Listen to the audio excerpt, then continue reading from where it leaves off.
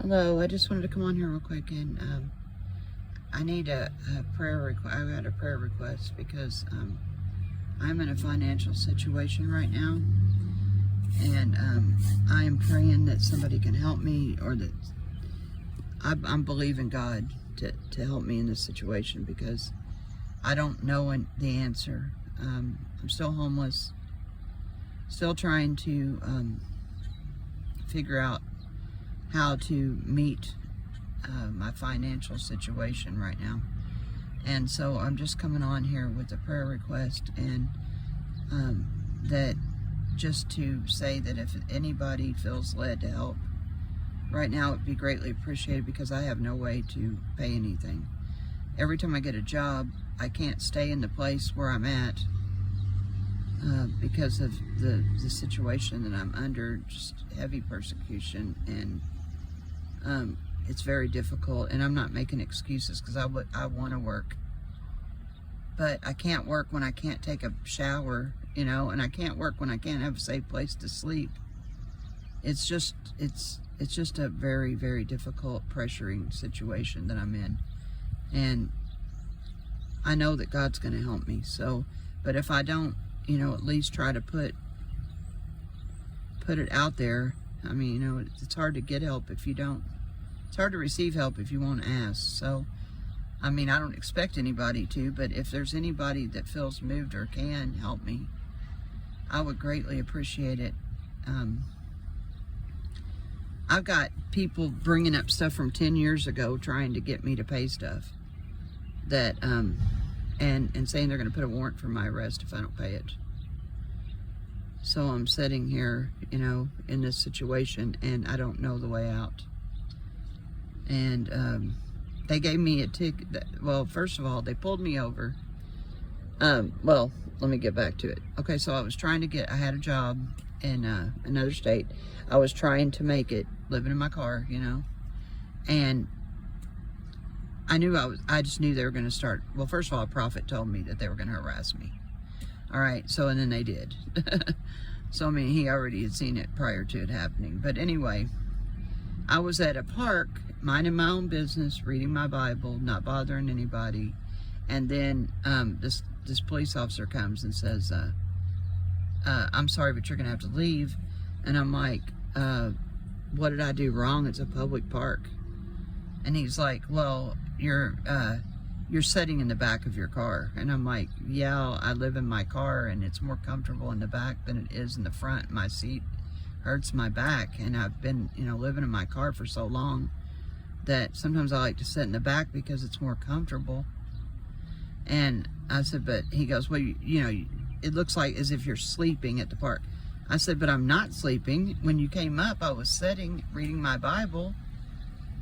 Anyway, you know how that kind of stuff goes.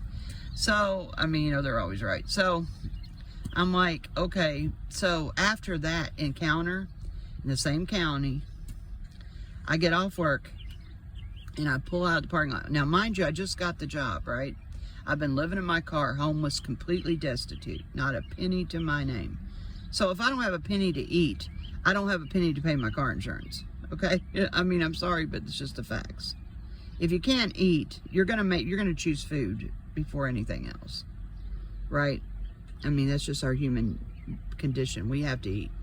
Okay, so anything I was getting a hold of, I was spending on gas, food, so I wasn't able to pay the car insurance. So anyway, he pulls me over for no reason, but he says I ran I'm not gonna say it's for no reason, because I did just pause and then I went. But it was a yield, but there was nobody coming.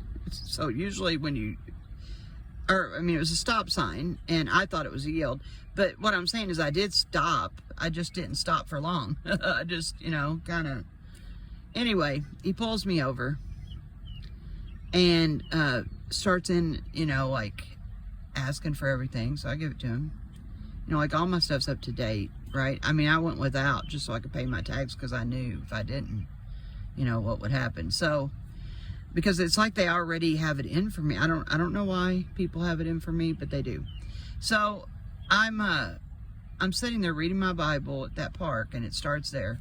then I get off work and I'm trying to go somewhere so that I can get away from all the cigarettes and all the, because I was trying to quit smoking and all, because everybody smoked, you know, everybody was smoking. And I was trying not to look at it, and I wanted to get away and go somewhere else, you know. And so that I was at that stop or whatever. So pulls me over. I was already told by a prophet this was going to happen. The Lord is good. He already told me what they were going to do to me before they did it. So they did. And so they gave me 2 tickets. So the judge was cool. I mean, you know, pretty cool about it, because they gave me 60 days to pay them, because they're real expensive tickets. It's like $485, right? For these 2 tickets, because they said I ran the stop sign, which I don't believe I did, but anyway, that's another story for another day. It's irrelevant. They said I did, so, right? It doesn't matter what you did, it's a matter what they say you did. So, and then not having insurance, which was true, I did not have insurance, but it wasn't because I didn't want to pay it, it's because I didn't have the money to pay it. So anyway, long story short, too late. So it's just been one thing after another. Like, I try to go somewhere, and then they, you know, they torture or torment me, and I can't stay, or, you know, to hold down a job, and, or it just is impossible because I don't have any place to take a shower or wash my clothes, or, you know, different reasons, but it's always based on this situation of being homeless. So, and when I try to go in somewhere and be around people, they try to set me up. So it's, you know, it's almost an impossible situation, but there is nothing impossible for God. And he, you know, he took me to a scripture yesterday that said, do not be afraid, do not be dismayed. I will strengthen thee, I will help thee, I will uphold thee with my righteous right hand. So I'm going on that, and I'm believing it, because he doesn't lie. And I know that he's going to help me, but I still feel like I need to try to do something, try to, you know, anything right now to try to get the help that I need. So I'm going to try to find some kind of a job. You know, it's like I said, it's almost not really good, because I don't want to start a job and then not be able to keep it, but that's what keeps happening. So I pray that something comes through. Please pray for me that something comes through that gets me out of the situation in this car, or provides a way for me to be able to use the things I need, you know, like a shower and laundry and stuff, so that I can stay at a job. If you all will pray for me, and then if anybody, I mean, I hate to come on here and beg people. I'm not begging. I'm just putting it out there in the air. If you're led by the Holy Spirit to help me, I would really appreciate it. And I would pray that you be blessed for whatever you can do 100-fold, because right now I'm in dire straits, and I wouldn't ask if I wasn't. So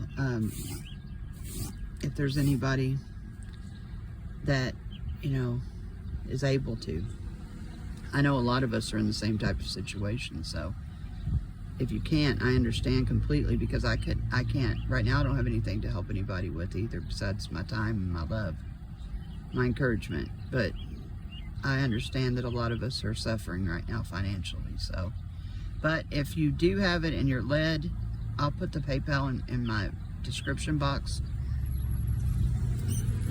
But I just wanted to come on and talk about it, because it just helps me too to talk about the situation, so that I feel like I'm not alone in it. So, but I believe God. I'm believing for God for a miracle. I'm believing for God for deliverance and for provisions and connections that I need so desperately to help me get out of the situation. So if you will pray for that, for me, for divine connections, for these spiritual connections that need to be made in order to help me to continue on, and that he delivers me from this situation and these enemies that keep opposing me to the point to where I can't seem to break through. So I appreciate your prayers, and I'm praying for you, and I love y'all. And if you're in this situation too, then be encouraged, because God is with you. And like he told me, do not be afraid, do not be dismayed. Right? Because he is with us.